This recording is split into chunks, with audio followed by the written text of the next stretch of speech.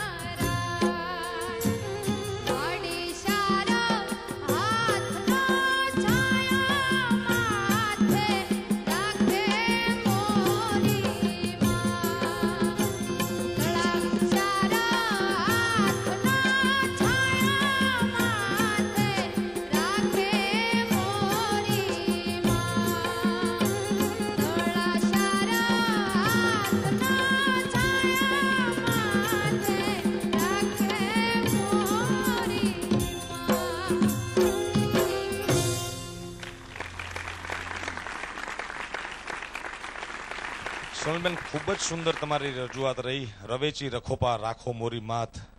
મને જરાય એવું ન લાગ્યું કે તમે તાલ સાથે ગાઈ રહ્યા છો, તમે લોક ગાયક ગુજરાતના મંચ ઉપર ગાઈ રહ્યા છો. મને માત્ર એવી અનુભૂતિ થઈ કે રવેચીના ગોખ સામે બેઠા બેઠા તમે રખોપા કરવાની એક આર્તનાદ, એક કાકલુદી કરતા હો જગદંબાને. તો બહુ જ ભાવભીની રજૂઆત તમારી રહી છે. ત્યારે પૂછીએ નિર્ણાયક શ્રી વસલાબેનને. અદ્ભુત ગાયું. આપના દરેક સ્ટેટમેન્ટ સાથે હું સહેમત છું. મને સાચે જ એવું નહીં લાગ્યું કે એ અહીંયા ઊભી રહીને ગાય છે. મને થતું હતું કે મંદિરમાં ઊભી રહીને જ ગાઈ રહી છે. અદ્ભુત અદ્ભુત અદ્ભુત. મારી પાસે આના કરતાં મારી પાસે શબ્દો નથી આજે. કંઈ નહીં, બહુ સરસ. અને મને માન છે કે હું અહીંયા છું અને એ ટીવીનો આભાર માનું છું કે હું અહીંયા છું. Thank you. ખૂબ જ આભાર વસલાબેન. બિહારીભાઈ. કીર્તિભાઈ, જ્યાં શબ્દ વિરામ લઈ જાય, સુર વિરામ અને મગજમાં એક શાંતિ છવાઈ જાય અને દિલ છે એ આખું આનંદથી ભરપૂર ભરાઈ જાય, એવી લાગણી, એવી અનુભૂતિ આ એક રચના સાંભળવાથી મને થઈ છે. મને નથી લાગતું કે આ લોકગાયક ગુજરાતના મંચ ઉપર કોઈ નવી દીકરી આવી અને ગાતી હોય.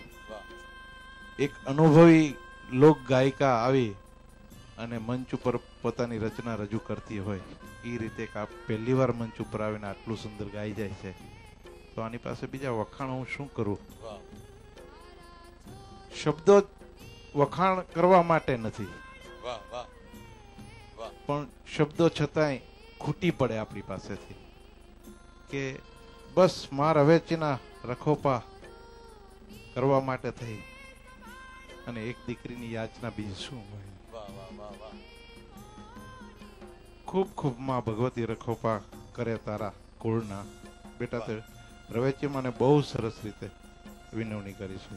હું ખરેખર ભાવ વિભોર થઈ ગયો છું. મારી પાસે શબ્દો નથી. શું બોલું?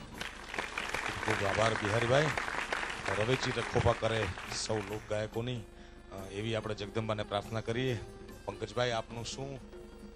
અદ્ભુત. બસ માતાજીનું સ્વરૂપ દેખાણું. તેથી વધારે ગીત બહુ સરસ ગાયું છે. અંદર હૃદયપૂર્વક ગાયું છે અને માતાજીએ તારું ગીત સાંભળી લીધું છે. પંકજભાઈ, આપનો આભાર. વસલાબેન, મને કહેવું ગમશે આપને કે આપણે પહેલા વાત થયા મુજબ લોક સંગીત એ ભાવનાઓનું સંગીત છે, ભાવનાઓના ગીત છે.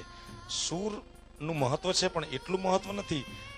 પણ જ્યારે ભાવના ભરપૂર ભરાઈને આવે ત્યારે સૂર એની પાછળ આપોઆપ દોડતો દોડતો આવતો હોય છે અને એ પ્રકારે આખું લોકસંગીત, આખું લોકગીત બનતું હોય છે.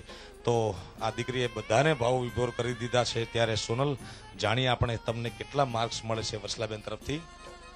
એક વાત હજુ એડ કરીશ કે મા પાસે અમારો અવાજ આના થકી પહોંચ્યો હશે. વાહ વાહ. વસલાબેન તરફથી તમને મળે છે સંપૂર્ણ 10 ગુણ. ખૂબ ખૂબ અભિનંદન. પંકજભાઈ તરફથી તમને મળે છે 9 ગુણ. અભિનંદન.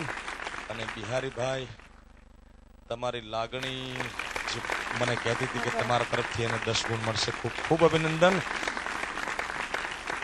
દર્શક મિત્રો, આજના એપિસોડની અંતિમ ઘડી હવે આવી ગઈ છે અને આપણા બધા જ ગાયકો આજના મંચ ઉપર આવી ગયા છે. એમની સાથે હું અને લાખો દર્શકો અને અમે બધા જ જાણવા માટે આતુર છે બિહારીભાઈ કે આજનું લોક ગાયક ગુજરાત 2 નું મંચ છોડીને કોણ આમાંથી જાશે અને કેટલા રહેશે આ મંચ ઉપર. તો આવી અંતિમ નિર્ણયની ઘડી, વસમી વિદાયની ઘડી અને સનાતન સત્યની ઘડીને ન્યાય આપવા માટે બિહારીભાઈ આપને વિનંતી કરું કે કયો સ્પર્ધક આજની સ્પર્ધા લોકગાયક ગુજરાત 2 નો મંચ મૂકીને જશે? પહેલા તો જેટલા સ્પર્ધકો છે એ બધાને શુભેચ્છા સાથ અમારા નિર્ણાયક શ્રીઓના આશીર્વાદ. જે સ્પર્ધકોએ ભાગ લીધા છે એને પોતાનાથી બને એટલી મહેનત કરી છે અને પોતે ઉભરી આવે, પોતે આ મંચ જે લોકગાયક ગુજરાત 2 નો છે એની ઉપર બને એટલું સારું પરફોર્મન્સ આપે એવી મહેનત તો કરી જ છે. પણ સમગ્ર નિર્ણય આપણે જેમ જાહેર કરીએ છીએ, સૂર, તાલ, લય, આરોહ, અવરોહ, અને એ જોતા નિર્ણય જે લેવાનો છે, આપણા 2 એપિસોડ, એમાં પહેલા એપિસોડમાં આપણા જે હતા એ શ્રુતિ આહિર, પ્રશાંત મકવાણા, ધ્રુપદસિંહ ગોહિલ, જીતેન્દ્ર રાઠોડ, આદિત્ય ગઢવી અને કિરણ ગઢવી. એમાં સૌથી વધારે માર્ક્સ જે મેળવી જાય છે એ પ્રશાંત મકવાણા છે, 26 મેળવે છે. ત્યાર પછી ધ્રુપદસિંહ અને આદિત્ય બંને 24 મેળવી જાય છે. પછી કિરણ ગઢવી 23 મેળવે છે. શ્રુતિ આહિર 22 મેળવે છે, જ્યારે જીતેન્દ્ર રાઠોડને 21 ગુણ મળેલા હતા. પહેલા એપિસોડની વાત છે. ત્યારબાદ આપણો ઉત્તર ગુજરાત અને માં ભગવતીની ચરજ ભેળિયાનો જે આપણો એપિસોડ બીજો, એમાં અવિનાશ બારોટ, અંતરા વૈદ્ય, પ્રદીપ ગઢવી, બિરજુ બારોટ, તુલસી કાપડી અને સોનલ બારોટ. એ તો દર્શક મિત્રો પણ જાણે છે અને પ્રેક્ષકોને પણ ખ્યાલ છે કે કોને કેટલા ગુણ મળ્યા છે. તેમ છતાં બીજા એપિસોડમાં સૌથી વધારે ગુણ મેળવે છે સોનલ બારોટ, 29. જ્યારે બીજા નંબરે અવિનાશ બારોટ, એના 27 ગુણ છે. તુલસી કાપડીના 26 ગુણ છે. બિરજુ બારોટના 24 ગુણ છે. અંતરા વૈદ્યના 23 ગુણ છે. સમગ્ર ગુણને જોતા જીતેન્દ્ર રાઠોડના 21 ગુણ અને પ્રદીપ ગઢવીના 20 ગુણ. એટલે 1 ગુણ માટે થઈ અને આજનો આ મંચ છોડી અને આપણી વચ્ચેથી પ્રદીપ ગઢવીને આપણે એલિમિનેટ કરીએ છીએ સર્વ નિર્ણય લેતા. એટલે આજના આપણા એપિસોડને સંપૂર્ણ જાહેર કરતા પહેલા પ્રદીપ ગઢવીને આપણે માનભેર વિદાય અહીંથી આપીશું.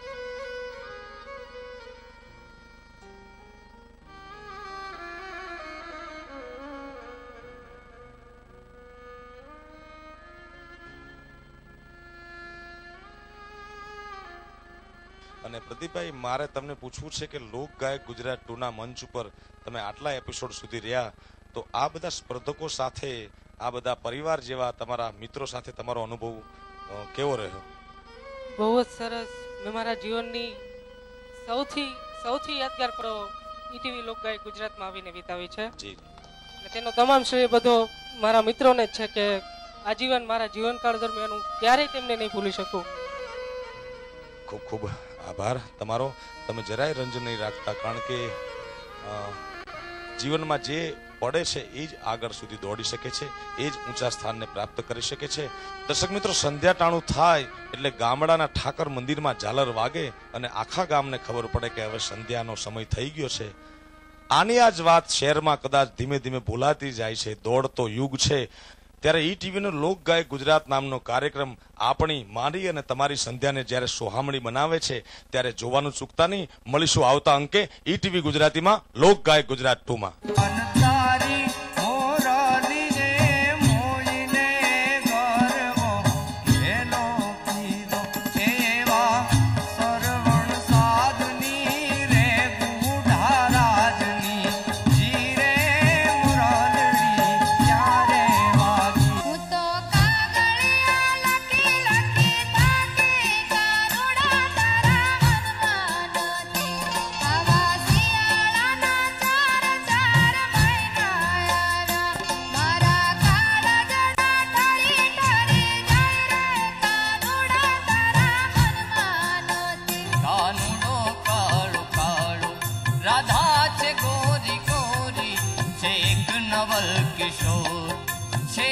નવલ કિશોરી